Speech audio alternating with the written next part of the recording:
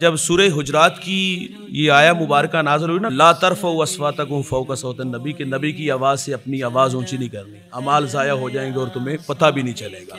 جب یہ آیا مبارک نازل ہوئی تو اس قدر تعظیم کرنے لگے، اپنی آواز کو اتنا پست کر لیا کہ صدیق اکبر بات اس طرح کر دے جس طرح سرگوشی کرتے ہیں۔ عمر فاروق رضی اللہ تعالیٰ عنہ حضور سے مخاطب ہوتے ہیں، بات کرتے ہیں تو حضور کو دوبارہ پوچھنا پڑتا کہ عمر آپ نے کیا کہا؟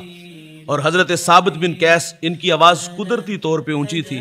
جب یہ آیا مبارکہ نازل ہوئی تو انہوں نے اپنے آپ کو خود ہی گھر میں قید کر لیا۔ آپ سمجھتے تھے شاید کہ میری وجہ سے یہ آیا مبارکہ نازل ہوئی ہے، میں اونچا بولتا ہوں، میرے اعمال ضائع ہو گئے، میں جہنمی ہو گیا۔ اللہ کے رسول صلی اللہ علیہ وسلم نے صحابہ سے پوچھا قیس بن ثابت کہاں ہے؟ تو کسی نے کہا حضور میں آپ کو عرض کرتا ہوں۔ گھر آئے تو دیکھا انہوں نے اپنے آپ کو گھر میں ہی قید کیا ہوا تھا۔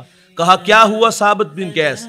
کہا لگتا ہے یہ آیا مبارکہ میری وجہ سے نازل ہوئی ہے، میں اونچا بولتا ہوں تو میرے اعمال بھی ضائع ہو گئے اور میں جہنمی ہو گیا۔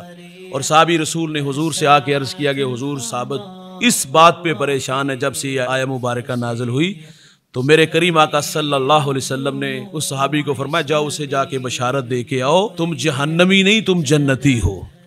میرے کریم آقا صلی اللہ علیہ وسلم نے ثابت بن قیس کے لیے جنت کا مجدہ سنایا تو صحابہ تو حضور کی آواز سے بھی اونچی آواز نہیں کرتے تھے۔ اپنے اسلاف کی زندگی کو پڑھیے گا، انہوں نے حضور کی حدیث کا بھی احترام کیا۔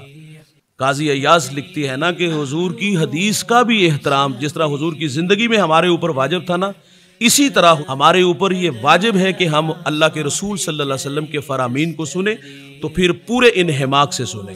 معذرت سے کہوں گا آج کل جس طرح محافل میں جو ہمارے خطبہ اور ہمارے نعت خواں حضرات بھنگڑے ڈالتے ہیں اور وہ عجیب سی محافل میں کیفیات ہوتی ہے، یہ رنگ نہیں بھائی۔ جس طرح حضور کی زندگی میں صحابہ نے ادب کیا تو یہ ہمارے اوپر بھی ضروری ہے کہ جب حدیث کو سنیں تو پھر پورے انہماک سے اس کو سماعت کیا جائے۔ حضرت امام مالک کا انداز یہ تھا، پہلے غسل کرتے، خوبصورت لباس پہنتے، خوشبو لگاتے، امامہ باندھتے، ممبر بچھایا جاتا، پورے اہتمام کے ساتھ آپ ممبر پہ جلوہ فراز ہوتے اور پھر اس کے بعد رسول اللہ صلی اللہ علیہ وسلم کی حدیث کو بیان کرتے۔ امام مالک جب مدینہ کی حدود میں داخل ہوتے تھے تو سواری پہ نہیں بیٹھتے تھے۔ کسی نے کہا کیوں؟ کہا مجھے اللہ سے حیا آتی ہے کہ میں محبوب کے شہر میں سواری پہ سوار ہو کے آؤں۔ وہ تو حضور کے شہر کا ادب کرتے تھے۔ امام مالک روزے رسول پہ 40 سال درس حدیث دیتے رہے ہیں اور 40 سال میں ایک مرتبہ بھی ایسا نہیں ہوا کہ آپ نے کتاب کا ورق پلٹا ہو اور اس کی آواز بھی پیدا ہوئی ہو۔ آپ جب حدیث بیان کرتے تھے نا تو اتنی آہستہ آواز میں حدیث بیان کرتے، بعض اوقات تلامذہ کو طلباء کو دوبارہ کہنا پڑتا کہ حضرت آپ نے جو حدیث بیان کی دوبارہ ارشاد فرما دے، تو آپ روزے رسول کی طرف اشارہ کر کے کہتے کہ میرے محبوب یہاں محو استراحت ہے، یہاں اپنی آواز کو بھی اونچا نہیں کرنا۔ جس طرح حضور کی ظاہری حیات میں ادب واجب تھا نا صحابہ پہ، اسی طرح ہمارے اوپر بھی ضروری ہے کہ جب ہم روزے رسول پہ جائیں تو اس بات کا خاص خیال رکھیں کہ وہاں ادب کا جو تقاضا ہے اسے کبھی بھی فراموش۔ یہ جو 12 ربیع الاول کو لوگ وہاں جاتے ہیں اور پھر روزے رسول کے سامنے کھڑے ہو کر اونچی اونچی آواز میں وہ نعرے لگاتے ہیں، میں معذرت سے کہوں گا بھائی یہ ادب کے خلاف ہے۔ صحابہ کی زندگی پڑھ کے دیکھیے یار، انہوں نے تو کبھی اپنی آواز کو اونچا بھی نہیں کیا تھا، قدرتی آواز اونچی تھی تو اس بات پہ اپنے آپ کو گھر میں قید کر لیے کہ میری وجہ سے یہ آیت نازل ہوئی ہے، اور ہم وہاں جا کے اونچی اونچی آواز میں جو ہے وہ نعرے لگاتے اور فخر سے آ کے یہاں پاکستان لوگوں کو بتاتے بھی ہیں۔ اور ہم نے وہاں لوگوں کو دیکھا جب مواجہ شریف کے سامنے گزرتے ہیں تو جالیوں میں جھانک جھانک کے دیکھتے ہیں۔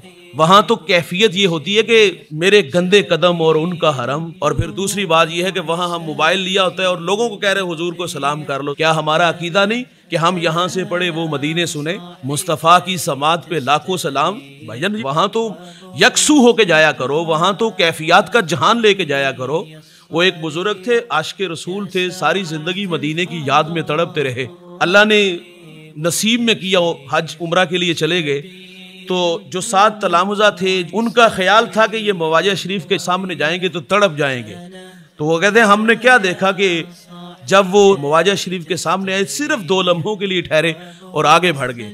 تو کسی نے سوال کیا حضرت ہمارا خیال تھا کہ یہاں ایک عجیب کائنات ہوگی، تو کہا کہ جب حضور کی بارگاہ میں حاضر ہوا تو میں نے اپنی سانس کو روک لیا تھا، جتنی دیر سانس میرے بس میں تھی روک سکتا تھا روک لیا، اور جب سانس میرے بس میں نہ رہی تو میں جلدی سے باہر چلا گیا۔ بھائی جان وہاں سانسوں کا شور بے ادبی کہلاتا ہے، اور وہاں جا کر کے ہم اونچی اونچی آواز میں کہے سلام کر لو سلام کر لو، اور وہاں جھانک جھانک کے جالیوں سے دیکھیں تو یہ ادب کے خلاف چیزیں ہیں۔